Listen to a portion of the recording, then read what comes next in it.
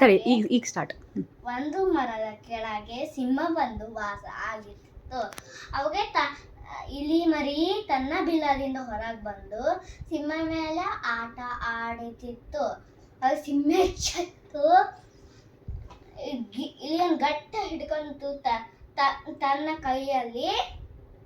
ಅವಾಗೆ ಇಲಿ ಕ್ಷಮೆ ಕೇಳ್ತು. ಅವಾಗೆ ಸಮಯ ಬಂದಾಗೆ ನಿಂಗೆ ಸಾವು ಮಾಡಬೇ ನೀನೇನು ಚಿಕ್ಕ ಮರಿ ರಾಜ ಸಹಾಯ ಮಾಡ್ತೀಯ, ಹೋಗು ಬದುಕೋ ಅಂದ್ಬಿಟ್ಟು. ಅವಾಗೆ ಇಲ್ಲಿ ಹೋಯ್ತು ತನ್ನ ಬಿಲದಿಗೆ. ಒಂದು ರಾತ್ರಿ ಸಿಂಹಂದು ಗರ್ಜರ ಜೋರ ಕೇಳತ್ತಿತ್ತು. ಇಲ್ಲಿ ತನ್ನ ಬಿಲದಿಂದ ಹೊರಗೆ ಬಂದು ನೋಡಿದ್ರೆ ಸಿಂಹ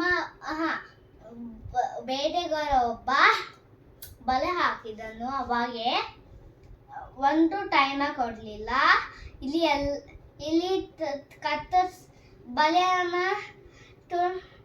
ತುಂಡು ಮಾಡಿ ಕತ್ತರಿಸಿ ಸಿಂಹವನ್ನು ಸಹಾಯ ಮಾಡುತ್ತಿತ್ತು. ಅವಾಗೆ ಸಿಂಹ ಮತ್ತೆ ಇಲ್ಲಿ ಸ್ನೇಹಿತರಾದ್ರು.